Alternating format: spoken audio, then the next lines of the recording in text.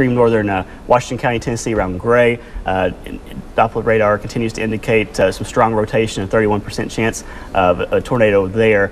So I just wanted to point out that we're continuing to see strong rotation throughout all of northern Washington County. And as you mentioned, let's go over some of the warnings once again. Washington County, Tennessee, tornado warning till 10:30, but may be reissued because we're continuing to see strong rotation. Then we're Washington County, Virginia at till 10:45.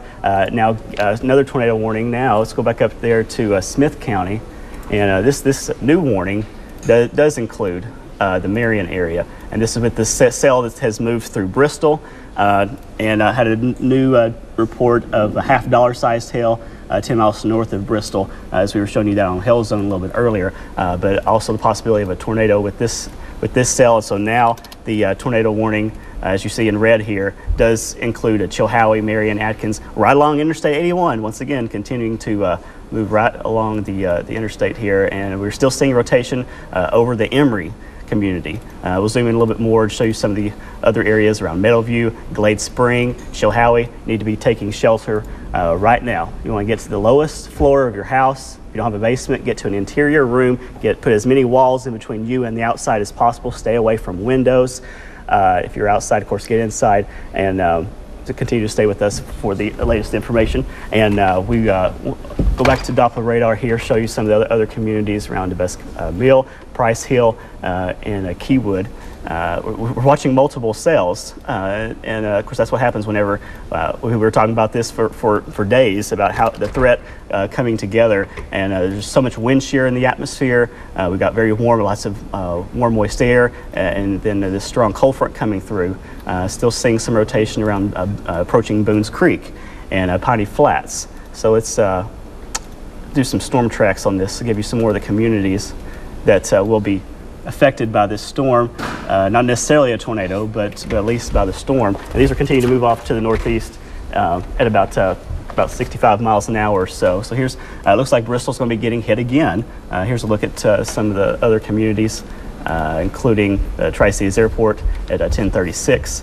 And Piney Flats by 1039. And again, as I mentioned, the possibility of it moving into Bristol again by 1048. David, if we can, let's go back and look at that system back near Gray. We are now having a couple of our viewers that have reported possible tornadoes in with this system near Gray. You can see right in here. This is also what you look for when you're looking into a system to see if it could possibly present a tornado. And part of the reason is, if we could get that back again, we'll show you that there's a little notch right here. This little notch is kind of an indication that you're getting the flow around. And of course, we were showing you the possible rotation right here. That would be the flow around into this system. When you start to see these little notches, that's also another indicator, along with our velocity scope here, able to show you what we're seeing. And this is the area that we're looking at, where we're seeing some areas of green and red together. That certainly means that there's a possibility there's a tornado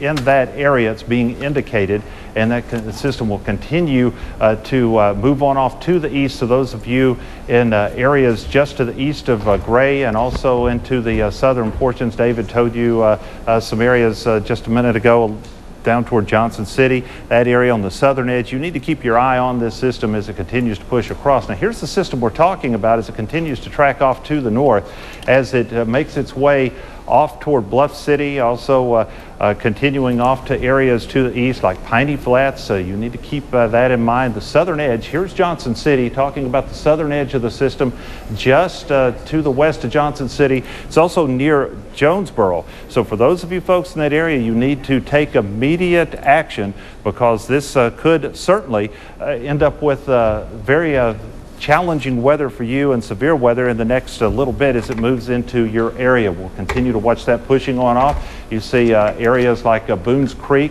that David mentioned a couple of minutes ago. We continue to see these areas chugging right up 81. We'll also take a look a little bit closer to the area we've been watching moving from Abingdon. It's up near Chilhowie now, over to Saltville. Still quite a bit of action with this system as well, so do keep in mind that as that system approaches, you could see some threatening conditions, so you need to go to your safe place, wherever it's a basement or inside a small area inside your home, a closet, or even a small bathroom, because that's the safest place to be. You can see from the hail zone here that is reporting or indicating to us what you might be able to see. 1-inch hail underneath this as it continues to push on off in that thunderstorm. That will continue to be a situation, the hail along with the damaging winds, of course, and the tornadoes that have certainly popped up in several places. Let me back out again and let's re-emphasize these tornado safety tips for you, because it is extremely important. You need to have a safe place to get to. The basement is the best place, or the lowest floor in your home. If there is not a basement, remember, a closet or a bathroom, especially if it's an interior bathroom, is the safest place. And if you can get into the bathtub and cover yourself up, that even helps even more. Also, evacuate mobile homes. You really don't need to even be in there through the entire event before it ever arrives. You need to have a plan always for that. If you happen to be outside in your car, you need to find a shelter. Stop, knock on somebody's door, and tell them that you need to seek shelter with them in the interim. Also, as a last resort, you can get into a ditch, but remember, ditches flood. That could create a drowning possibility, as if you get into a ditch that is going to have ponding water. Once again, as we look at the area here near Boones Creek, this continues to be something to keep our eye on. Moving just to the south, that continues to be part of the area we talked about, Gray, a minute ago, where there's been a couple of reports of tornadoes by some viewers that have been able to be on the lookout for us and have been able to find some of those as it continues to push on through. We want to keep an eye on that system, especially for those of you in Jonesboro, Johnson City. Keep that in mind. Continuing to Gray. Also back up to the north, you can see right around Bluntville here now. This is starting to move into the area there. Had a couple of viewer pictures a couple of minutes ago of some people that were able to find opportunity to get some shots of hail that came down in Bluntville as well. And that's something that we continue to be able to look at. And a couple of things to update ourselves on. I believe PJ and Rebecca have been keeping an eye on this in our newsroom, and would like to toss over to them and see exactly what they've been able to put together for us as well. All right, thanks, Donnie. Well, we're going to be also joining News 5 and Fox Tri-Cities tonight at the same time with our severe weather coverage. Yeah, and when severe weather strikes, it's important for people to have a place to go. Certainly is, and that was the case tonight in Greene County. In the Baileyton area, where they set up shelters for folks there because they were anticipating the bad weather. Obviously, they've been watching our meteorologists all night and knew it was coming. Now, we want to show you some video from there. They were at a church setting up just tables and, food. They got folks all together in case they needed something tonight. Organizers started getting things set up after they learned about the potential for danger. They want to make sure people had a safe place to go. So we thought it was important to have something in the northern Greene County area. Now, according to our Fox News meteorologist working hard in the Weather Center, there have already been tornadoes touching down in areas west and southwest of Greene County with strong winds heading their way. And he says they've already had golf ball sized hail. Volunteers plan to keep that shelter open all night at Baileyton First Baptist Church. Now, if anyone needs to be picked up and taken to a local shelter in that area, you have to call the Emergency Management Agency of Greenville at the number there on your screen. Now, if you need time to get a pen and paper, we're going to have that number for you again just before we take a break. Well, severe weather, especially tornadoes, has been a popular topic in many states, Tennessee being one of them. Yeah, but if severe weather was headed your way, would you know what to do? Fox Tri-Cities reporter Melissa Gayona has more tips on that coming up in just a little bit. We're going to recap them for you right now. First of all, if you do live in a mobile home, Donnie Cox has been telling us to make sure that you find someone who does have a basement, head to their home, perhaps a ditch, but don't forget there is that danger of drowning. Now, if you don't have a home that has a basement, then it's very important for you to get into a sturdy area, perhaps a closet, somewhere with a strong doorway, maybe a small bathroom. And if there is a bathtub, be sure to get in the bathtub, put a very heavy blanket or a mattress on top of you. Of course, that's important to protect your head, your family, get everyone in, as many people as possible. And they say if you're traveling you may want to try to find a church or a home where you could knock on the door and make sure that you have a safe place to go. If you're in a car, don't park under a bridge. Don't assume that the water is not deep. Don't try to cross streams. Just some things to keep you safe tonight. That's right. Now, all these spring storms we've seen lately have local schools doing more to keep their students prepared in case severe weather strikes during the school day. Now, we visited a local school today that had already put their emergency plan in action this year. Washington County, Tennessee students practice fire drills every month, but they've also been rehearsing what to do if a tornado should strike. A severe storm put those skills to the test for Ridgeview Elementary in Gray. We've actually gone through several tornado drills at school. One was really not a drill, but we felt like that it would be for the safety of the children to be able to be in their drill position. And we did that for about 25 or 30 minutes until the winds calmed down. Local schools are also required to rehearse what students should do for a variety of other situations. That includes threats to school safety and how to evacuate the student population off campus. Emergency responders say preparing is definitely the key when it comes to being ready for severe weather. Fox Tri-Cities reporter Angela Yingling talked with fire crews and the American Red Cross today, and she has more on how they prepared for tonight's stormy forecast. Kingsport resident Ashley Hyatt planned to run errands early Wednesday morning to avoid any storms.